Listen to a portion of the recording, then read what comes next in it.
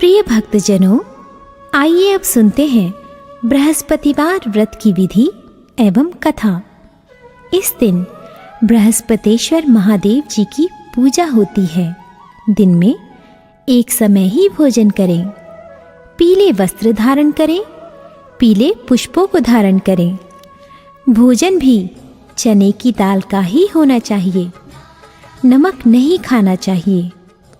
पीले रंग का फूल, चने की दाल, पीले कपड़े तथा पीले चंदन से पूजा करनी चाहिए। पूजन के पश्चात कथा सुननी चाहिए। इस व्रत के करने से बृहस्पति जी अति प्रसन्न होते हैं तथा धन और विद्या का लाभ होता है। स्त्रियों के लिए ये व्रत अति आवश्यक है। इस व्रत में केले का पूजन होता है। कथा।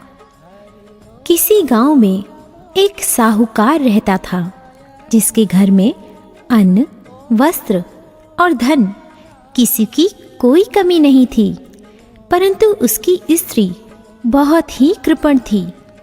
किसी भिक्षार्थी को कुछ नहीं देती, सारे दिन घर के कामकाज में लगी रहती। एक समय एक साधु महात्मा बृहस्पतिवार के दिन उसके द्वार पर आए और भिक्षा की याचना की। स्त्री उस समय घर के आंगन को लीप रही थी। इस कारण साधु महाराज से कहने लगी कि महाराज, इस समय तो मैं घर लीप रही हूँ, आपको कुछ नहीं दे सकती, फिर किसी अवकाश के समय आना। साधु महात्मा खाली हाथ चले गए। कुछ दिन के पश्चात वही साधु महाराज आए, उसी तरह भिक्षा मांगी। साहूकारनी उस समय लड़के को खिला रही थी। कहने लगी, महाराज, मैं क्या करूं, अवकाश नहीं है, इसलिए आपको भिक्षा नहीं दे सकती।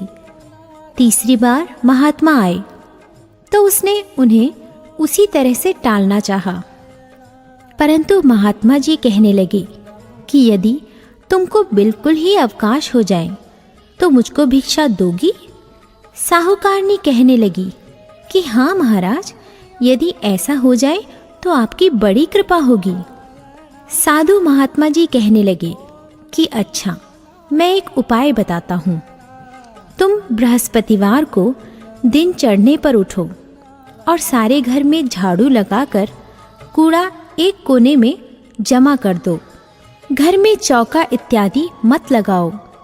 फिर स्नान आदि करके घर वालों से कहो उस दिन सब हजामत अवश्य बनवाएं। रसोई बनाकर चूल्हे के पीछे रखा करो, सामने नहीं। सायंकाल को अंधेरा होने के बाद दीपक जलाओ तथा बृहस्पतिवार को पीले वस्त्र मत धारण करो, ना पीले रंग की चीज़ों का भोजन ग्रहण करो।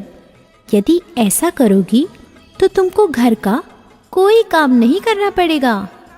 साहूकारनी ने ऐसा ही किया। बृहस्पतिवार को दिन चढ़े उठी, झाड़ू लगाकर कूड़े को घर में ही जमा कर दिया। पुरुषों ने हजामत बनवाई, भोजन बनवाकर चूल्हे के पीछे रखा। वह सब बृहस्पतिवारों को ऐसा ही करती रही। अब कुछ काल बाद उसके घर में खाने को दाना न रहा। थोड़े दिनों में महात्मा फिर आए और भिक्षा मांगी, परंतु सेठानी ने कहा, महाराज, मेरे घर में खाने को अन्न नहीं है, आपको क्या दे सकती हूँ? तब महात्मा ने कहा कि जब तुम्हारे घर में सब कुछ था तब भी तुम कुछ नहीं देती थी। अब पूरा पूरा अवकाश है, तब भी कुछ नहीं दे रही हो। तुम क्या चाहती हो वह कहो। तब सेठानी ने हाथ जोड़कर प्रार्थना की, महाराज, अब कोई ऐसा उपाय बताओ कि मेरे पहले जैसा धन धान्य हो जाए। अब मैं प्रतिज्ञा करती हूँ कि आप जैसा कहेंगे वैसा ही करूँगी।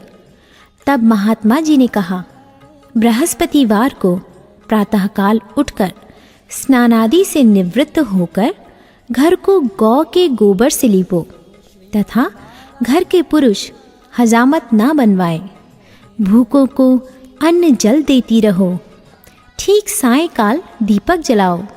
यदि ऐसा करोगी तो तुम्हारी सब मनोकामनाएं भगवान बृहस्पति जी की कृपा से पूर्ण होंगी। सेठानी ने ऐसा ही किया और उसके घर में धन धान्य वैसा ही हो गया जैसा कि पहले था। इस प्रकार भगवान बृहस्पति जी की कृपा से अनेक प्रकार के सुख भोगकर दीर्घकाल तक जीवित रही।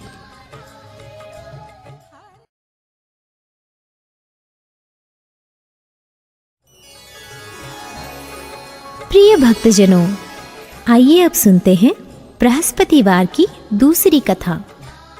एक दिन इंद्र बड़े अहंकार से अपने सिंहासन पर बैठे थे और बहुत से देवता, ऋषि, गंधर्व, किन्नर आदि सभी सभा में उपस्थित थे।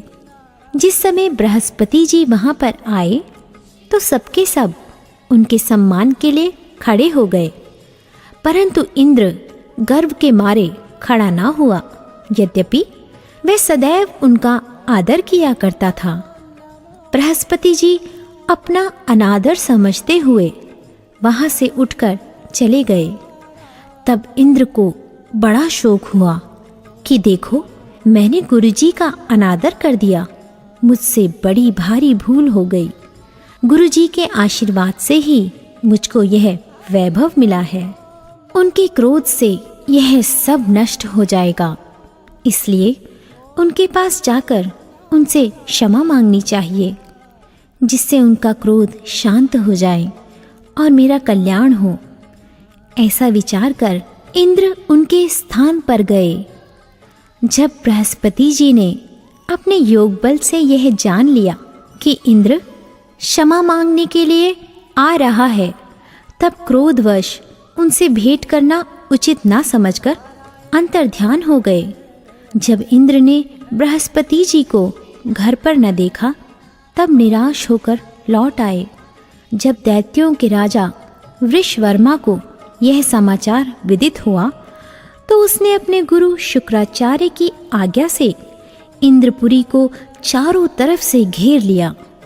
गुरु की कृपा न होने के कारण देवता हारने व मार खाने लगे। तब उन्होंने ब्रह्मा जी को विनयपूर्वक सब वृतांत सुनाया और कहा कि महाराज, दैत्यों से किसी प्रकार हमें बचाइए। तब ब्रह्मा जी कहने लगे कि तुमने बड़ा अपराध किया है, जो गुरुदेव को क्रोधित किया। अब तुम्हारा कल्याण इसी में हो सकता है। त्वष्टा ब्राह्मण का पुत्र विश्वरूपा बड़ा तपस्वी और ज्ञानी है, उसे अपना पुरोहित बनाओ तो तुम्हारा कल्याण हो सकता है।